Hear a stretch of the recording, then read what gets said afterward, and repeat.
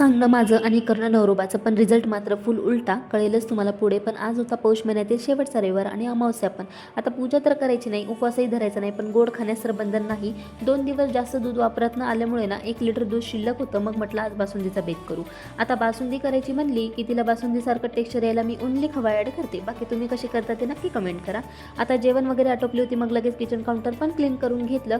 मी kitchen counter clean करेपर्यंत ह्यांना म्हटलं सायशाला आज तुम्ही रेडी करा. ह्यांना रेडी तर लेकीला केलं, परंतु तुम्हाला दिसतच असेल पॅन्ट मात्र उलटी घालून ठेवली. म्हणजे मी सांगितलेलं काम तर ऐकलं, पण त्याचा रिझल्ट असा काहीसा उलटा मिळाला.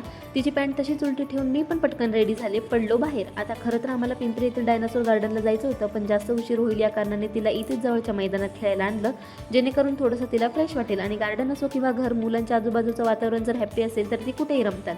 तिला खेळून बाहेर पडलो, तीच नजर चप्पलच्या सेलवर गेली. आता एकदा नजर गेली की तिथे जावंच वाटतं. मग एक म्हणता म्हणता 2 चप्पलचे जोड घेतले. आता कारण मला दोन्ही पण आवडले होते आणि बाहेर पडलोय आणि काहीच न खाता घरी जाणं तर शक्यच नाही. मग म्हटलं काहीतरी हेल्दी खाऊ जे सायशाला पण चांगलं असेल. मग उसाचा रस घेतला. आम्हाला उसाचा रस माहीत नाही कसा होता, पण स्ट्रॉ मात्र आवडला. मग आलो घरी, पायावर पाणी घेतलं.